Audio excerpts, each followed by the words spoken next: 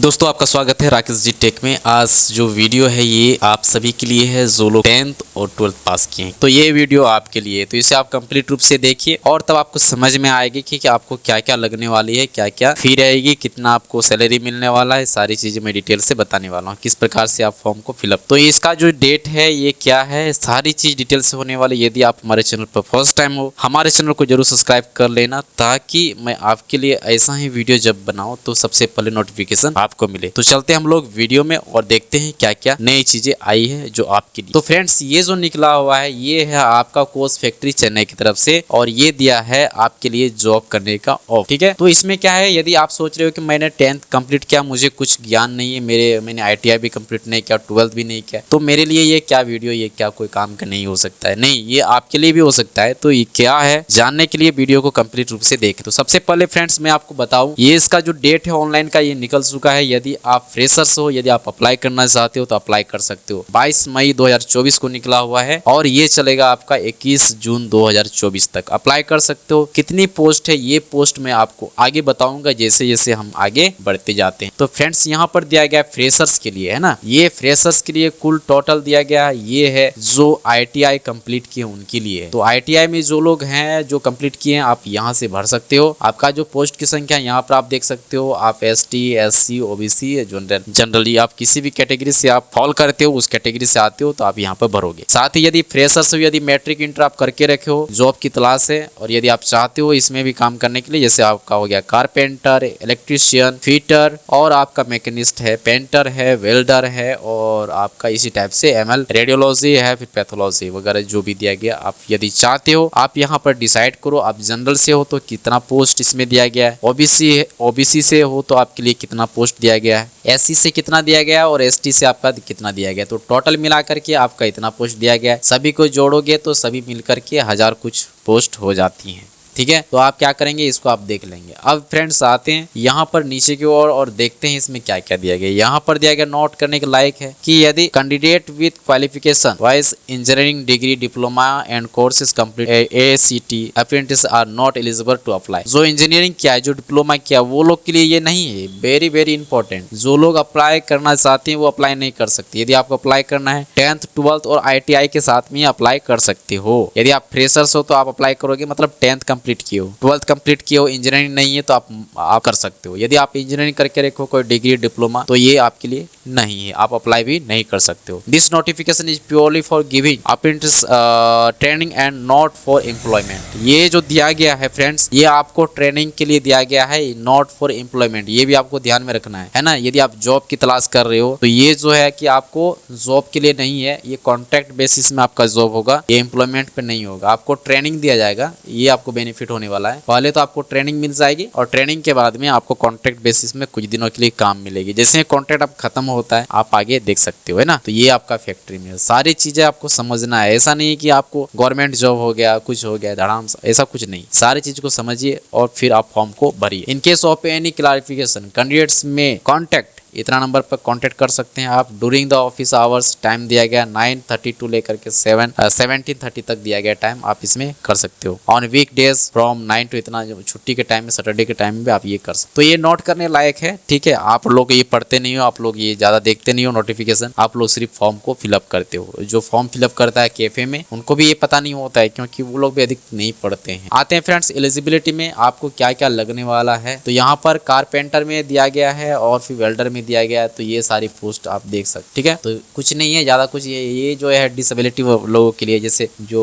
जिनको कान से सुनाई नहीं पड़ता है, जिनको आंख से दिखाई नहीं पड़ता, कुछ मतलब डिफॉल्ट है उनके शरीर में, उनके लिए ये सारी चीजें दिया गया है। अब आते हैं फ्रेंड्स यहाँ पर ये डिसेबिलिटी है तो मैं इनको छोड़ देता हूँ। जैसे यहाँ पर दिया गया ना, लो विजन होना चाहिए। लो विजन जिनका नहीं है उनको ये इसमें, मतलब जिनका लो विजन है तो उनको इसमें कोई किसी प्रकार का मतलब नहीं होने वाला सिलेक्शन, आपको सिलेक्ट नहीं किया जाएगा। और तो इसी प्रकार से दिया गया है। ठीक है, तो ये सारी चीजें आपको देख लेंगे। आगे आते हैं जो यहाँ पर एलिजिबिलिटी कंडीशन, ये वेरी वेरी इंपॉर्टेंट है। आपका जो एज है वो क्या होना चाहिए। एलिजिबल कंडीशन सबसे पहले आपका 21/6/2024, ठीक है ना। तो ये आपको इसी डेट से लेकर के ITI candidate should have 15 years, 15 साल एज होना चाहिए should not have completed 24 years of age. 24 साल से ज्यादा नहीं होना चाहिए जो लोग ITI कंप्लीट किए हो, ठीक है। और जो ITI कंप्लीट नहीं किए, non ITI candidate should have completed 15 years of age और should not have completed 22 years of age. 22 साल से ज्यादा आपका नहीं होना चाहिए जो लोग ITI नहीं किए। अपर age limit is relaxable for 5 years in case of SC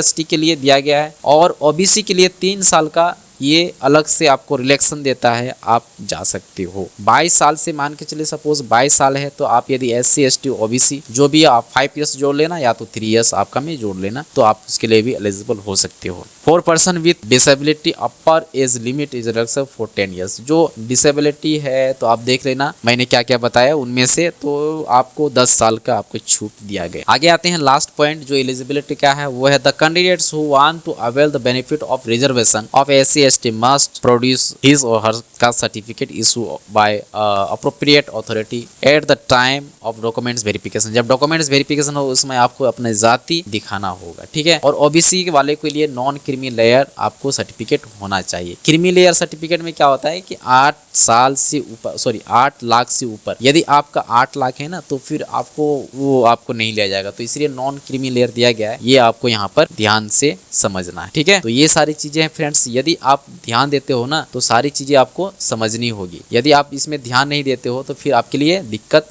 हो सकती है। मैं थोड़ा सा क्या करता हूँ, पॉइंटर को चेंज कर लेता हूँ ताकि मैं आपको आसानी से बता सकूँ, ठीक है। अब फ्रेंड्स हम लोग क्या करते हैं, आगे चले आते हैं और यहाँ पर देखते हैं minimum education qualification of training period. जो ट्रेनिंग पीरियड होगा वो कितने का होगा, है ना, ये चीजें जानना चाहिए आपको। ट्रेनिंग पीरियड होगी, ट्रेनिंग पीरियड करने के बाद आप कितना दिन काम करोगे, सारी चीजें। फीटर और इलेक्ट्रीशियन मैकेनिस्ट के लिए वो 1 ईयर का ट्रेनिंग, वो क्या करेंगे, 1 ईयर ट्रेनिंग करेंगे। जो लोग ITS should have pass 10th with minimum 50% और marks with science and math under 10+2 system और its equivalent to and also possess national trade certificate. जो लोग ITI वाले हैं ना उनके लिए ये सब दिया गया 1 ईयर है ना, ये 1 ईयर ये सब के लिए। अब यहाँ से लेकर के आप यहाँ पर देखोगे ये सब के सब ITI वालों के लिए है। जो लोग ITI किए हैं वो फिटर में जा रहे हैं, इलेक्ट्रीशियन में जा रहे हैं, मैकेनिस्ट में जा रहे हैं, कारपेंटर में जा रहे हैं, पेंटर में जा रहे हैं या फिर वेल्डर में जा रहे हैं, program and system admin assistant जो भी जाना चाहते हैं आप जा सकते हो। सभी के लिए 1 ईयर का ही यहाँ पर क्या किया गया है, दिया गया है, ठीक है। अब साथ ही फ्रेंड्स आप ये देख सकते हो यहाँ पर जिनका ITI कंप्लीट है उनके लिए तो ये तो हो गई। अब